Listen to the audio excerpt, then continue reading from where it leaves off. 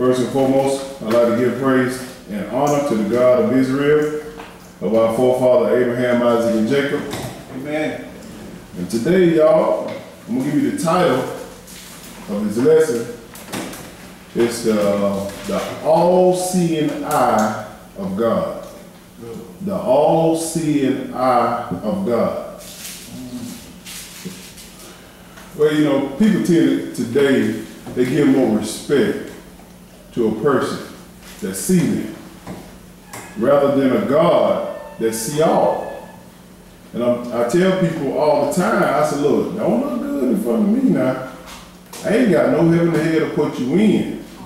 You better look good to that God 24/7 because he sees every single thing that we do. He got eyes that's open and he never get tired. He like Kevin Gates. Kevin Gates get tired, don't he? God don't never get tired. He never sleeps. But I tell people all the time, I say, look, man, people come up to me all the time talking, and I hear stuff all around the world about them, and they put on the front like they so holy. But then when you find out certain things about them, they cussing their wife out, they cussing their husband out, they beating, they molesting, they doing all these things that God see them doing in their secret chamber. He see it all, and most of all, he recorded it. He recorded every single thing of it. And people got to understand that. Don't be a respecter of person, people. Be a respecter of God that see all. We limited. I'm telling you, we limited. I can't look out there and look down the street to that Super Walmart. My vision's going to fade out. It's going to go to a certain part. But God can see from where he's sitting at. All the way down on this earth. The whole world. Stop just thinking that God is like man. Don't think he like man now. He can just see, he limited. He's not limited. He omnipresent. He everywhere. And there's a way he get to everywhere. We're going to break this thing down by his all-seeing eye. So we're going to turn to Psalms 121 and verse 1. Psalms 121 and verse 1. See, when you get your mind to sleep to these things, you tend to slack off. You tend to think you know stuff. That's why I look at this Bible, I try to search stuff out that we ain't never talked about. I don't never want to repeat a lesson. I don't, because it takes so long to learn all this stuff. You got to be able to be versatile in all these scriptures. And most of all, people got to know this book from Genesis to Revelation. Because if they don't know this book from Genesis to Revelation, they go to one certain part of the book, they'll mess this whole story up. And it's a beautiful story for the ones that believe. For the ones that believe. And I tell you, you're dealing with God who can see. Understand this, God knows how many hairs on the top of your head. Come on. You can read that in Matthew chapter 10, verse 30. He numbered the hair on your head. He knows how many on it. And you're going to try to interpret his scriptures by your limited mind? No. No. So we got to make sure you understand who we're dealing with. Psalms 121, verse 1. Let's read and understand God all-seeing eye. Go ahead. I will lift up mine eyes unto the hills, from whence cometh my help. My help cometh from the Lord, which made heaven and earth. He will not suffer thy foot to be moved. He that keepeth thee will not slumber. Behold, he that keepeth Israel shall neither slumber nor sleep. See, one thing we got to understand about, just turn his mic up. One thing we got to understand about God, he said, verse 4, behold, he that keepeth Israel shall neither slumber nor sleep. So he 24/7. He don't go to bed, y'all. He see it all. And most of all, he knows everything. He records everything. And I want y'all to understand that just because you go in your bedroom, just because you go in that hotel room, just because you go in that secret chamber that you call private, ain't private. That angel right there. And he looking at you. He looking at me. So the quicker we understand who we're dealing with and his eyes and where it is, we'll respect him more. We'll respect him more. Let's go to Psalms 33 and verse 12. Psalms 33 and verse 12.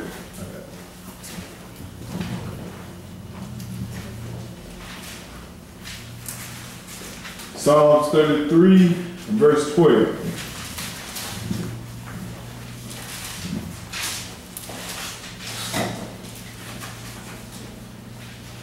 Show you, he see everything. He see it all. When you get it, brother, go ahead. Blessed is the nation whose God is the Lord, and the people whom he has chosen for his own inheritance. So he chosen us to give his word. The nation he talking about is the nation of Israel. Whether most people don't understand, you black people, so-called Negroes all over the world, we the ones he's talking to. But the thing is, it's not solely for us. He got a protocol. He give it to God, give it to the Son, Son give it to the angel, and the angel give it to Israel. That's the protocol. He don't deal with other nations, the so-called white people, Chinese people, African. They got to get it from us, and that's an untold story. That's why you got so many religions today, because everybody jack it up. But once we get a hold to it and understand what we're supposed to be doing, it clears up, because he gives us the edification. He gives us the knowledge, so we can go about this word from Genesis back to Matthew, all over this Bible. So I just want to put that out there. Go ahead. The Lord looketh from heaven, he beholdeth all the sons of men. So he looking from heaven now. He's sitting on the throne looking. Go ahead. From the place of his habitation he looketh upon all the inhabitants of the earth. He fashions their hearts alike. He considereth all their works. See, everything that you do works.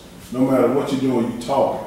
No matter if you're walking. No matter if you what you wear. Anything. He considers every single thing that we do. And he analyzes it according to his Bible. See if you're correcting yourself, walking the right way according to his Bible. Period. This is the roadmap. But if you don't know to read this, you think you hold it. Like a lot of these people think they hold out there. Jump down to verse 18. Behold, the eye of the Lord is upon them that fear him, upon them that hope in his mercy. Yes, sir. The eye. That's why I titled this message. The eyes of the all-seeing eye of God. It's upon the ones that fear him. He looks out for us. And most of all, he look out also, he's not just saying just solely on believers, but he looks out for the other people that are not doing right too. He take care of them too. But go ahead. To deliver their soul from death and to keep them alive in famine. That's what he does. He keeps us alive during famine. And most people, they lose their mind because they get a little hungry, because they get a little hot, because they get a little cold. God don't care about me. He just testing you, man. I'm not saying, excuse me, I take the word back, testing. He putting you through some situation, chastising you so you can develop strength. That's why it ain't good for you to just deal with watered down doctrine like the word give us every day. We need to up the ante on this word so we can understand and go further and further. Because we stay at Jesus wept 30 years, you ain't learned nothing. We stay at Jesus died on Good Friday and resurrected on Easter Sunday, we ain't did nothing. And that's what these churches stand at. He's gonna chastise you and me if we found to be chosen. But that all-seeing eye of God is real important. Let me show you what I'm talking about. Let's go to Matthew chapter 6 and verse 1. Let's understand, this is so many people just respect the outward stuff. No, they don't. I'm telling you, God look at you like you fake, man. I'm telling you, He look at you like you fake. You're counterfeit. When you sit up here in front of people that you respect, and then you go behind closed doors and treat people bad, treat people wrong. But I look good in front of my pastor. I look good in front of my boss. good in front of my mama, they mother-in-law, but when you get home, you just destroying the person that you call yourself married to, or you call yourself supposed to be taken care of. You're a faker. And God don't like that. Believe me, I had to learn that for myself. I was faking a lot. Matthew chapter 6, we'll start at verse 1. Go ahead. Take heed that ye do not your arms before men, to be seen of them. Otherwise ye have no reward of your Father which is in heaven. Arms mean your charity or how you help someone. Arms.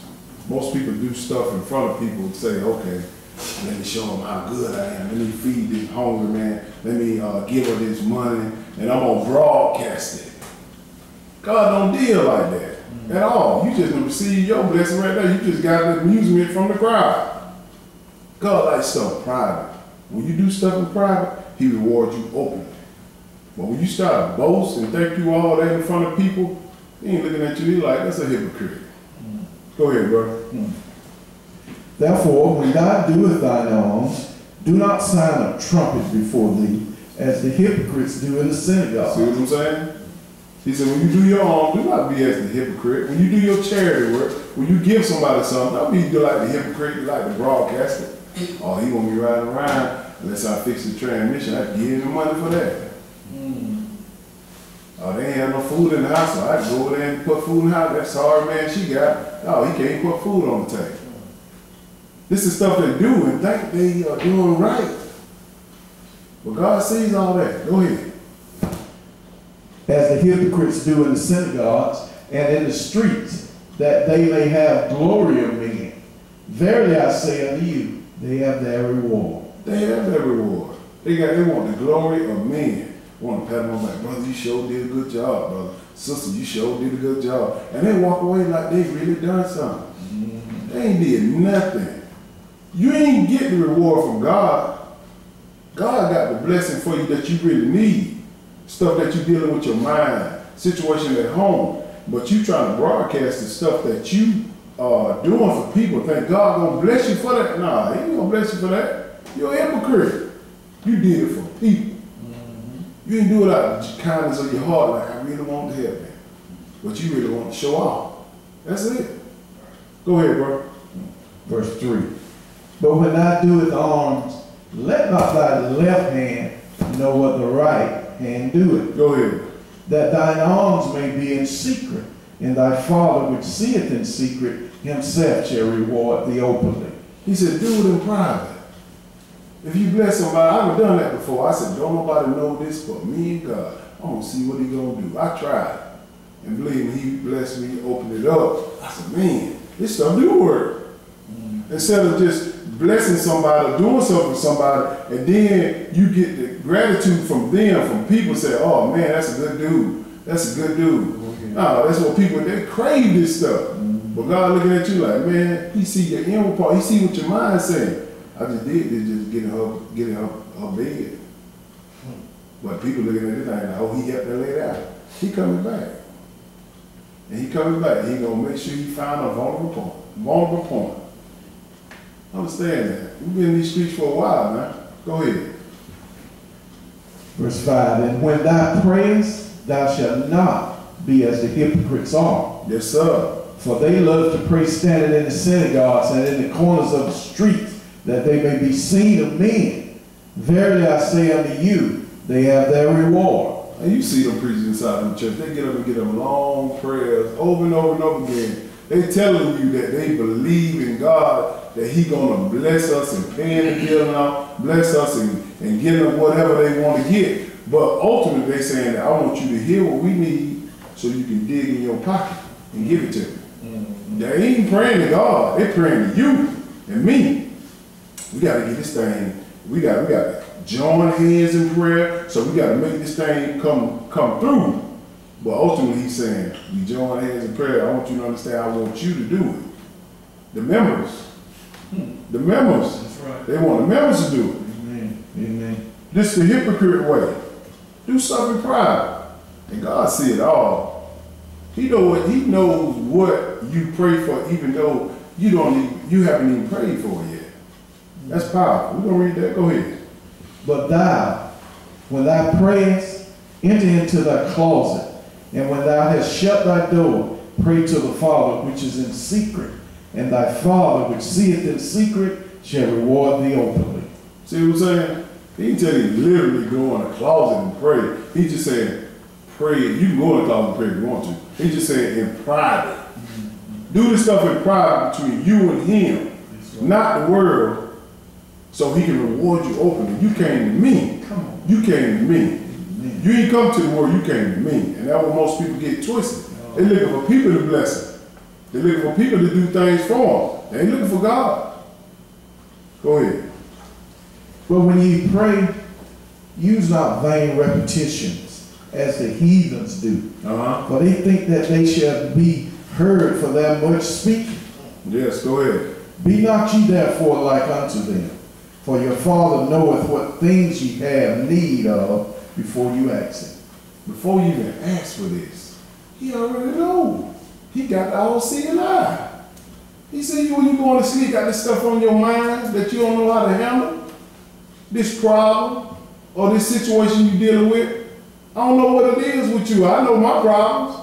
And my wife or my kids or whoever, money can't solve it. He got to solve it. You see what I'm saying? But people are always trying to go to people and try to get them to solve their problem. They ain't going to God. You do something for me. You do this. Oh, you got to get this from God. Peace in your mind comes from him.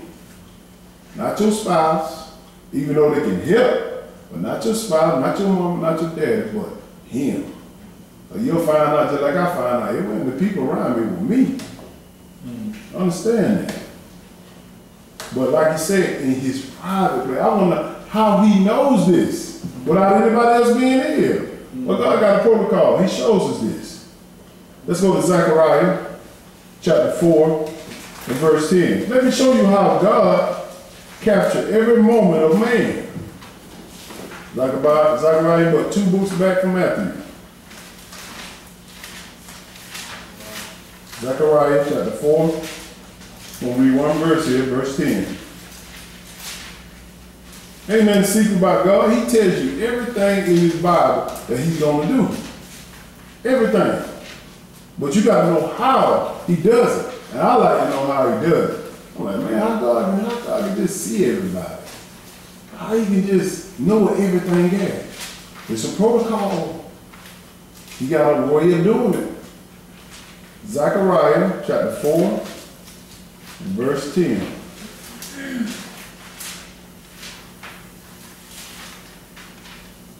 We'll read one verse here. Go ahead, brother. For who has despised the day of small things? For they shall rejoice and shall see the plummet in the hands of Zerubbabel with those 7. They are the eyes of the Lord, which run to and fro through the whole earth. See, we got to find out who the eyes of the Lord, these 7. These 7. And these eyes of the Lord can report all over the world. And y'all thought man came up with the first camera. This your first camera right here. This your first camcorder, your first picture, whatever it is. These people, these 7 spirits, which is the 7 angels, archangels of God, which report all over the world. All over the world. They tell it all. Better word for it, these are your snitches. Right. These are your snitches. Now let's go into detail. Let's find out what they are and what they look like and how they carry out their MO. Ezekiel chapter 1. Ezekiel chapter 1, we're going to start at verse 4. It's nice to know how stuff runs. Yes, it is, bro. It's nice to know. These 7. These some bad boys too now. These some bad boys. Don't mess with them now. They're serious. Ezekiel, about a few books back from Zechariah. Ezekiel chapter 1. Let me show you God camera. He taking pictures. He making movies out your whole life. And you thought you had that in private. No, you ain't get nothing private. Ain't nothing private at all. That's a mistake we make. You think stuff private. So verse 4, brother. And I looked, and behold, a whirlwind came out of the north, Yes, a sir. great cloud, and a fire unfolding itself, and a brightness was about it. And out of the midst thereof, as the color of amber, out of the midst of the fire. See, this is how they roll. This is how they roll. They like a whirlwind. Food for thought. You just think about it. You see the hurricanes, the tornadoes. That's the angels doing that. Tearing it up. That's the MO. They do it also. Go ahead. Also out of the midst thereof came the likeness of 4 living creatures. Yes, sir. And this was their appearance. They had the likeness of a man. They got likeness of a man. This is their description. This is what they look like. Go ahead. Let's find out what they look like. Go ahead. And everyone had 4 faces, Uh-huh. and everyone had 4 wings. So this angel had 4 wings. I mean 4 faces, and he had they said 4 wings. 4 wings, and it's like me with a head. Right here, me, my head with a body, with this body, got 4 heads on it. 2 in the front, 2 in the back. I always look at it like he's saying from north, east, south, and west. They see it all. You see what I'm saying? But go ahead, this is what he said. Verse 7. And their feet were straight feet, and the sole of their feet was like the sole of a calf's foot. And they sparkled like the color of burnished brass. See, this is how they look. They got feet like calf feet. You look at a cow, they got feet like that, and it's brass. Don't let them think that the angels were white. They were brass. What color brass? Some our color, right? God, I understand what's going on here, but let's continue and see this, some more of this description. Go ahead. And they had the hands of a man under their wings on their 4 sides, and they 4 had their faces and their wings. So each wing had a hand under it. Each wing. So they got 4 hands. This is how I see why these people shook and were very scared when these angels showed up. Can you imagine seeing someone with 4 heads, 4 wings, with hands out coming up under the wing? That's scary. I ain't never seen nothing like that before. And they're very powerful and fast. Go ahead. Their wings were joined one to another. They turned not when they went. They went every one straight forward. They don't have to turn. You know why? They got a head on each side. They see it all. They don't even turn. You thinking that he going straight. He looking at you. He looking from the north, east, south, and west. Looking at everything. And this vision is really real. He know 2020. He got some vision out of vision. That's all I can say about that. Go ahead. Verse 10. As for the likeness of their faces, they 4 had the face of a man and the face of a lion on the right side, and their 4 had the face of an ox on the left side. They 4 also had the face of an eagle. So they had a face of a man and these 3 beasts. This is how it looked. And I tell people all the time, they come up with these little pictures, they put it on the wall of an angel. I said, you got the wrong description now. This is what an angel is. What other head? What other 3 heads? What other 4 wings? They always give you 2. But go ahead, this is what it says here. Verse 11. Thus were their faces, and their wings were stretched upward. 2 wings of every one were joined one to another. And 2 covered their bodies. And they went every one straight forward, whether the Spirit was to go. They went, and they turned not when they went. Go ahead. As for the likeness of the living creatures, their appearance was like burning coals of fire, and like the appearance of lamps. It went up and down among the living creatures, and the fire was bright, and out of the fire went forth lightning. See, they were very, very bright. These spirit beings we talking about. Spirit beings. And also these cats were fast, man. Go ahead. Verse 14.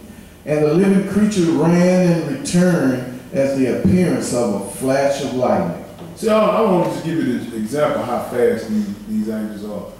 By the time you say something, by the time you commit that sin, it's already in heaven written down. It's just like, for an example, that you take a picture. By the time you see that flash, that camera, it downloaded the picture. It already downloaded the image. This is how fast that these angels are moving. They ain't the speed of sound. No, they the speed of light. When that sun come up, it covers everything. So this angel, just think about the sun rising up, how it covers so much land. It lights up the world like that. Faster than a snap. So by the time you sin or do something wrong, this is where they come up with the flash from. Everything that these people doing in the world and movies, they get it from here. This is the origin of it. He said the moving of the flash of lightning. You know how lightning flash. That's so fast you don't even see it till you hear the thunder or the boom or whatever destroying. Go ahead, brother. Verse 15. Now as I beheld the living creatures, behold, one wheel upon the earth by the living creatures with his four faces. The appearance of the wheels and their work was like unto the color of a beryl. See, this is how they move. They wheels. Like I said before, you see that tornado? You see that hurricane? That's an angel rolling. All them tornadoes, all them hurricanes, they call him Hurricane Hugo, Hurricane such and such. No, he should have said Hurricane Jesus. That was Jesus doing that. He letting that go. He tell the angel go tear that stuff up. Understand that. We ain't into that. I'm just showing you. These are the seven that report. These are the eyes of the Lord that report every single thing in the world. And they moving. They moving. You finished with that? No, we got a couple. Go ahead. Finishing 16. And they four had one likeness, and their appearance and their work was as it were a wheel in the middle of a wheel. Yes, sir. That's how they move. Excuse me. When they went up upon their four sides, and they turned not when they went. As for their rings, that's a typo. It should be wings, not rings. Go ahead. Okay. As for their wings, they were so high that they were dreadful. And their wings were full of eyes round about them. See, even on the wings of all those angels, they had eyes on them. Everywhere. You got foreheads, you got eyes on all the wings. They can see everything. 24/7, 360 degrees, all the way around itself. They can see it all. And they're moving at the speed of light. This is the seven that report to God. These are the eyes of the Lord, period. Wow. This This is how he rolls. So when you understand how God can do this, you got a certain protocol. And they're reporting. They're recording. So you got this thing out in the world they call Big Brother, where they got cameras all over the world. Where you think they get this from? From right here. They come up with this stuff on their own. Somebody go in the Bible and read it and say, okay, I'm gonna take this. I'm gonna try to put it in a worldly way. Just like airplane. They looked at the bird, how it flies. Okay, he got two wings. Let's go ahead and manufacture it and try to make it fly. Same thing. Ain't nothing new under the sun, period. Let's go to Matthew chapter 12 and verse 34. See, I just want to make sure you understand the eyes of the Lord, because we really got to watch what we say and do now. And most of all, if you do something wrong, repent immediately. Don't even waste no time. Like, Lord, I ain't even playing with you. You can see my mind. You already see what I'm thinking in my mind. Just help me with this thing. Most folks think, well, I can handle it. No, you can't. You better have him help me. Because he write it down. All that social media, them Facebook, Instagram, all that stuff, the derogatory stuff they have on there, you watching it, you downloading in your brain. You gotta be careful now. Somebody put some crazy on my Facebook page, I delete it. Okay, I ain't got time to be famous with that image in my head 24/7. Matthew chapter 12 and verse 34. See, we have a battle here, outwardly and inwardly. Go ahead, brother. O generation of vipers, how can ye, being evil, speak good things? For out of the abundance of the heart, the mouth speaketh. See, that's why I'm telling you, you got to be careful what you entertain. Because you get this stuff in your heart, meaning your mind, that's all they're talking about. Not saying like the heart. Now, back in the day, how we used to say, we remember